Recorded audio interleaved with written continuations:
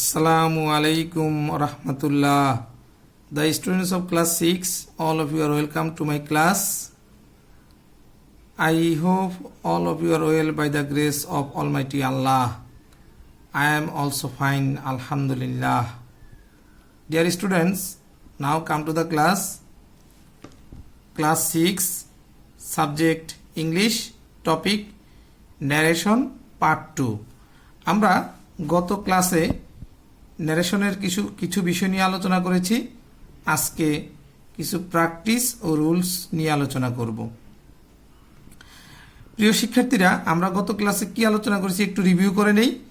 আমরা গত ক্লাসে আলোচনা করেছিলাম ন্যারেশন কাহাকে বলে, অর্থাৎ ন্যারেশন জিনিসটা কি, ন্যারেশন কত প্রকার, ডিরেক্ট স্পিচ, ইনডিরেক্ট স্পিচ এবং ডিরেক্ট স্পিচ কি, ইনডিরেক্ট স্পিচ কি, এগুলো আমরা আলোচনা করেছিলাম। আমরা ন্যারেশনের ধরন কিভাবে শিখব, এই যে এখানে কমার আগের অংশকে কি বলে, রিপোর্টিং ভার্ব, এবং ইনভার্টেড কমার মধ্যের যে অংশটাকে বলে রিপোর্টেড স্পিচ। এরপরে রিপোর্টিং ভার্ব অর্থাৎ ডিরেক্ট স্পিচে কীরকম থাকলে আমাদেরকে কিভাবে পরিবর্তন করতে হবে সে বিষয়গুলো এখানে আমরা আলোচনা করেছি। এখানে অ্যাসার্টিভ সেন্টেন্সে ডিরেক্ট স্পিচকে ইনডিরেক্ট স্পিচ করার জন্য যে নিয়মগুলো সেগুলো আলোচনা করেছি। ইন্টারোগেটিভ সেন্টেন্সে ডিরেক্ট স্পিচকে ইনডিরেক্ট স্পিচ করার সময় কিভাবে করতে হবে সেই বিষয়গুলো আলোচনা করেছিলাম। এবং আমরা ইম্পারেটিভ সেন্টেন্সে ডিরেক্ট স্পিচকে ইনডিরেক্ট স্পিচে পরিবর্তন করার সময় আমরা কিভাবে করব সেই বিষয়গুলো নিয়েও আলোচনা করেছিলাম।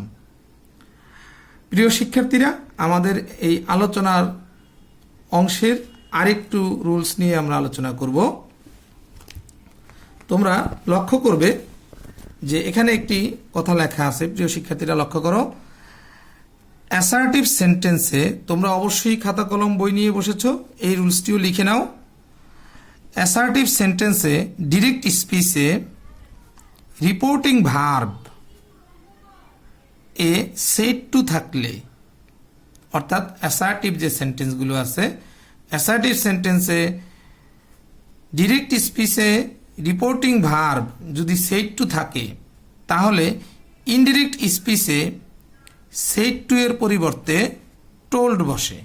প্রিয় শিক্ষার্থীরা, আবার আমি বলছি, অ্যাসার্টিভ সেন্টেন্সে ডিরেক্ট স্পিচে রিপোর্টিং ভার্ব যদি সেড এর সাথে টু থাকে, অর্থাৎ সেড টু থাকে, তাহলে ইনডিরেক্ট স্পিচে সেড টু এর পরিবর্তে টোল্ড বসে।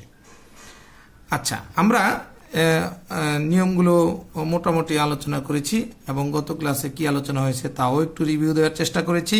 প্রিয় শিক্ষার্থীরা, আজকে আমরা এই রুলসগুলোর আলোকে আমরা কিছু প্র্যাকটিস এক্সারসাইজ আজকে প্র্যাকটিস করার চেষ্টা করবো ইনশাআল্লাহ।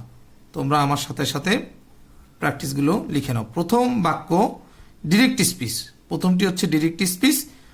এই ডিরেক্ট স্পিচটিকে আমরা পরে পরিবর্তন করেছি ইনডিরেক্ট স্পিচে।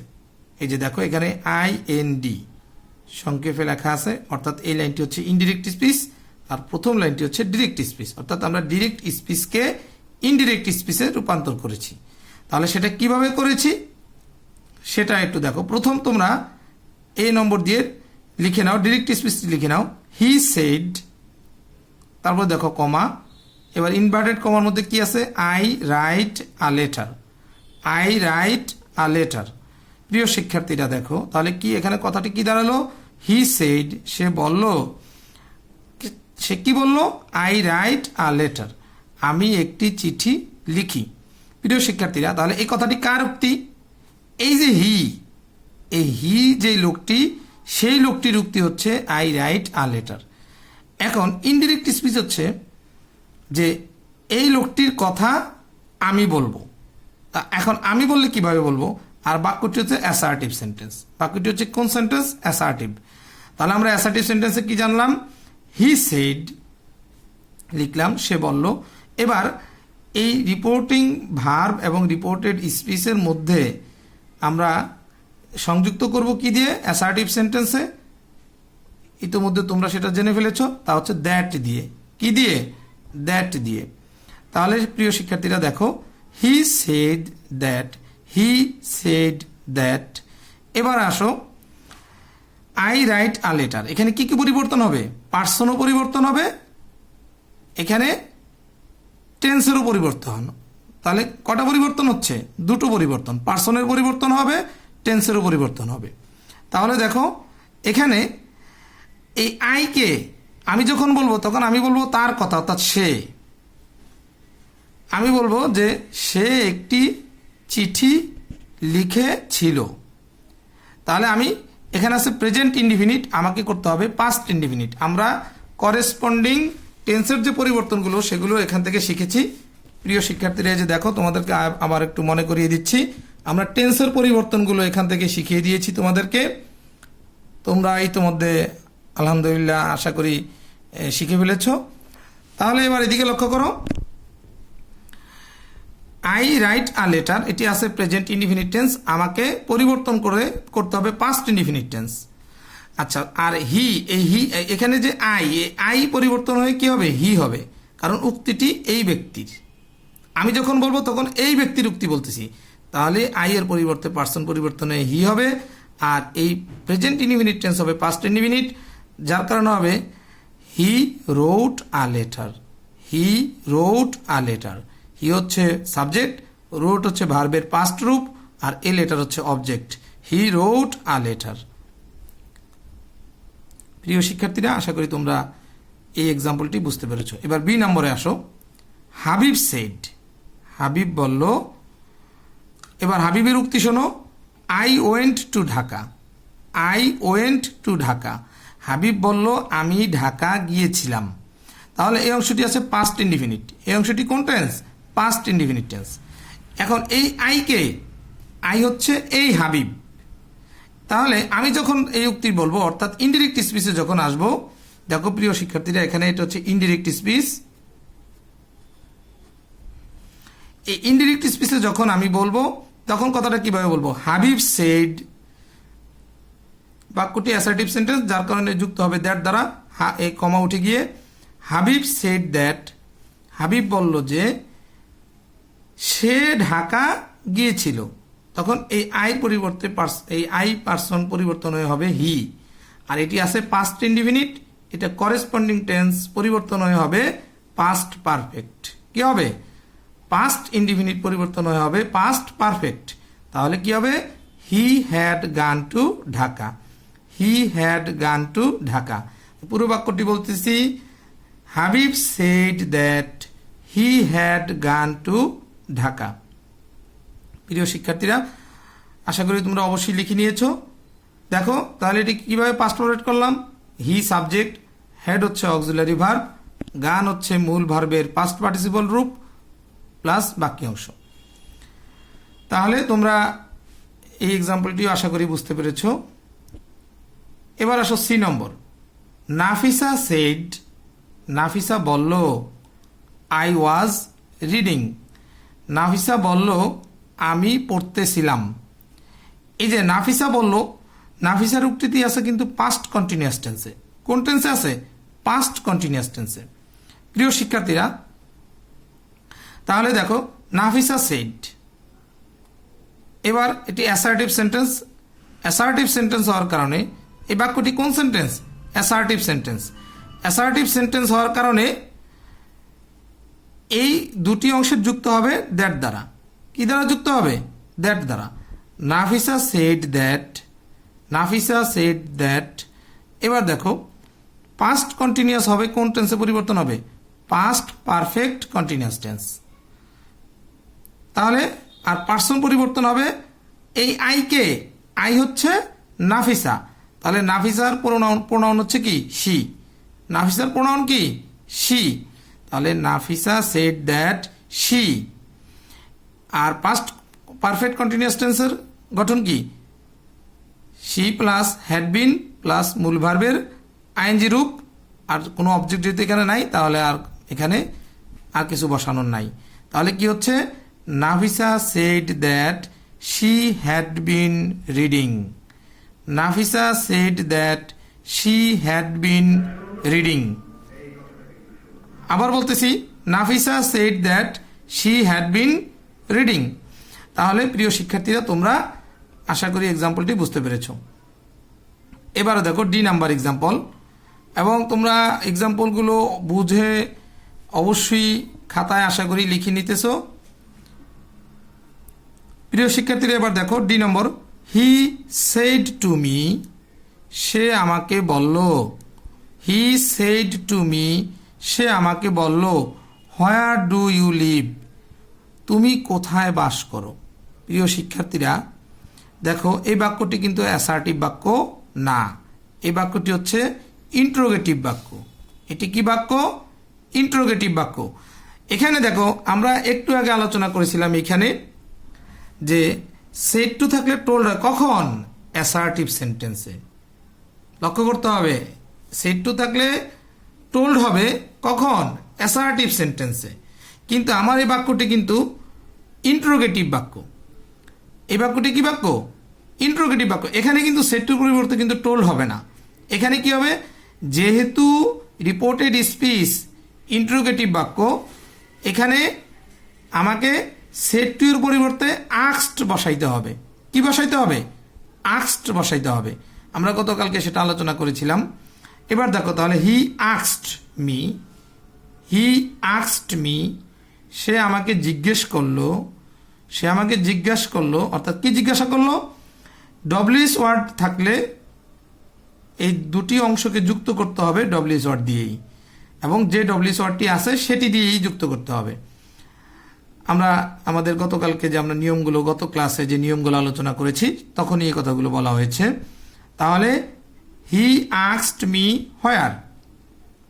এবার বলা হয়েছে যে পার্সন পরিবর্তন করতে হবে, টেন্স পরিবর্তন করতে হবে, এগুলো তো সকল ক্ষেত্রেই। প্লাস এই বাক্যটি ইন্ট্রোগেটিভ হওয়া সত্ত্বেও আমি যখন ইনডিরেক্ট স্পিচ করব তখন অ্যাসার্টিভ ফর্মে করতে হবে। এই কথাটিও গত ক্লাসে বলা হয়েছে এবং বোঝানো হয়েছে। তাহলে এটি present indefinite tense. Where do you live, present indefinite tense. এখন এই ইউকে, এই যে হি সেড টু মি, আমাকে, তার মানে এখানে প্রশ্ন করছে কাকে? আমাকে। এই জন্য আমি বলবো আই। এখানে পার্সন আই হবে, এবং প্রেজেন্ট ইনডিফিনিট টেন্স আছে, হবে পাস্ট ইনডিফিনিট টেন্স। এর জন্য লিভ ভার্বের ভি2 অর্থাৎ পাস্ট রূপ করতে হবে। তাহলে where I lived, where I lived. তাহলে বাক্যটি কি দাঁড়ালো? He asked me where I lived, সে আমাকে জিজ্ঞেস করলো আমি কোথায় বাস করতাম। সে আমাকে জিজ্ঞাসা করলো আমি কোথায় বাস করতাম। বাক্যটি কি হবে? He asked me where I lived, he asked me where I lived. তাহলে বাক্যটি আবার পড়ি, he said to me where do you live. তাহলে এটা ইনডিরেক্ট স্পিচ কি হচ্ছে? হি আস্কড মি, কি হবে? He asked me where I lived. প্রিয় শিক্ষার্থীরা, এই বাক্যটির উচ্চারণে তোমরা অনেক সময় ভুল করো। আমি বাক্যটির উচ্চারণ, শব্দটির উচ্চারণ তোমাদেরকে একটু শিখিয়ে দিচ্ছি। ASK, ask. এখানে অনেকেই তোমরা বলো আক্স, আগে ক উচ্চারণ করো পরে স উচ্চারণ করো। নো, তোমাদেরকে করতে হবে আগে স পরে ক। আস্ক, আস্ক, তাহলে সাথে ইডি যখন যুক্ত হয়েছে তবে আস্কড কি হবে? Asked, asked. Clear? He asked me where I lived. প্রিয় শিক্ষার্থীরা, এবার দেখো আমরা পরবর্তী এক্সাম্পলে চলে যাই। The teacher said to the students, the teacher said to the students, শিক্ষক ছাত্রদেরকে বলল অলওয়েজ স্পিক দ্য ট্রুথ। এটি শিক্ষকের উক্তি, যার কারণে ইনভার্টেড কমার মধ্যে অন্তর্ভুক্ত করা আছে। তাহলে টিচার ছাত্রদেরকে বলল, কি বলল? সবসময় সত্য কথা বলো। তাহলে শিক্ষক কি করলো? ছাত্রদেরকে উপদেশ দিল। কি করলো? উপদেশ দিল। এখন দেখো ইনডিরেক্ট স্পিচ আমরা কি করব? এখানে এটিও ইনডিরেক্ট স্পিচ। এবার দেখো, তাহলে আমরা গতকালকে আলোচনা করেছিলাম যে ইম্পারেটিভ বাক্যে যখন আদেশ, উপদেশ, অনুরোধ বোঝায় তখন সেই লেখার মানে ধরন এবং অর্থ বুঝে আমরা অ্যাডভাইসড, অর্ডার্ড, কমান্ডেড এরকম আমরা শব্দগুলো ব্যবহার করব। রিকোয়েস্টেড, এখন দেখো এখানে বলা হয়েছে কি, এখানে পরামর্শ, যার কারণে হবে অ্যাডভাইসড। সেট টু এর পরিবর্তে কি হবে, অ্যাডভাইসড হবে। তাহলে দেখো the teacher advised the students, the teacher advised the students, ছাত্রদেরকে অ্যাডভাইস করা হয়েছে। কি অ্যাডভাইস করা হয়েছে, দেখো তোমাদেরকে এখানে ইম্পারেটিভ বাক্যের কিছু ধরন তোমাদেরকে একটু দেখিয়ে দিতেছি।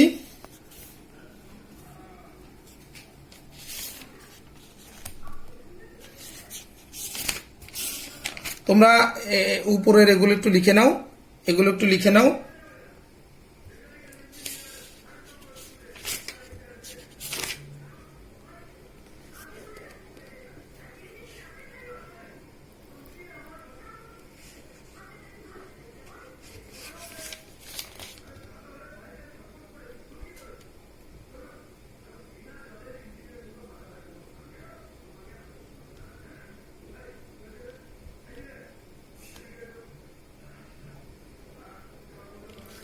লিখে নিয়েছো অবশ্যই।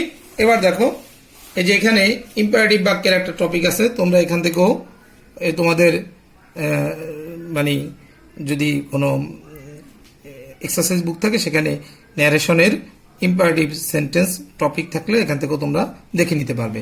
আর আমি তো তোমাদেরকে আলোচনা করেই দিয়েছি প্রিয় শিক্ষার্থীরা, এখন দেখে নাও। The teacher said to the students always speak the truth. তাহলে দেখো এবার the teacher advised the students, দেখো এখানে স্টুডেন্টদেরকে কি করছে teacher, the teacher advised the students, ছাত্রদেরকে শিক্ষক উপদেশ দিল। এবার আমরা ইম্পারেটিভ বাক্যে দুটি অংশকে যুক্ত করতে হবে টু দ্বারা। কি দ্বারা, আমরা গতকালকে আলোচনা করেছি। সেক্ষেত্রে এখানে কমা উঠে গিয়ে টু বসেছে, এই যেখানকার কমা উঠে গিয়ে এখানে টু বসলো। এবার টুর পরে কি হবে, ভার্বের প্রেজেন্ট রূপ। এই বাক্যে ভার্ব হচ্ছে স্পিক, এরপরে বাকি অংশ বসেছে স্পিক দ্য ট্রুথ, আর এই অলওয়েজ বাক্যের শেষে চলে আসবে। অলওয়েজ কোথায় চলে আসবে, বাক্যের শেষে। তাহলে বাক্যটা কি দাঁড়ালো, the teacher advised the students to speak the truth always. এটি ইম্পারেটিভ বাক্যের যে রুলস সে অনুযায়ী আমরা করে ফেলেছি। প্রিয় শিক্ষার্থীরা, আশা করি তোমরা খাতায় তুলে নিয়েছো এবং এক্সাম্পলগুলো আশা করি আলহামদুলিল্লাহ বুঝতে পেরেছো। তোমরা একেবারে সব এক্সাম্পলগুলো আরেকবার দেখো, আমি দেখাইতেছি, এবং তোমরা কেউ যদি কোথাও তুলতে বাদ পড়ে থাকে তুলে নাও, সুন্দরভাবে তুলে নাও। এ থেকে ই পর্যন্ত দেখো এক্সাম্পলগুলো। আশা করি তোমরা সবাই আলহামদুলিল্লাহ তুলে নিয়েছো, এবং আমি আশা করি আলহামদুলিল্লাহ তোমরা তুলেও নিয়েছো এবং বুঝতে পেরেছো। এই নিয়মের আলোকে তোমরা বাকি যে ন্যারেশনের যে অংশগুলো আছে অ্যাসার্টিভ সেন্টেন্স থেকে ইম্পারেটিভ সেন্টেন্স পর্যন্ত, এগুলো আশা করি ইনশাল্লাহ তোমরা প্র্যাকটিস করবে। তোমাদের হোমওয়ার্ক হচ্ছে লিখে নাও ন্যারেশন অংশের অ্যাসার্টিভ সেন্টেন্স, ইন্টারোগেটিভ সেন্টেন্স এবং ইম্পারেটিভ সেন্টেন্স। এগুলোর তোমরা বেশ কিছু এক্সাম্পল তোমরা প্র্যাকটিস করবে। আর পরবর্তী ক্লাসে আমরা অবশ্যই ইনশাল্লাহ আবার তোমাদের সাথে কোনো একটা বিষয় নিয়ে আলোচনা করব ইনশাল্লাহ। তোমরা সবাই ভালো থাকো, সুস্থ থাকো, নিরাপদে থাকো। আসসালামু আলাইকুম ওয়া রাহমাতুল্লাহ।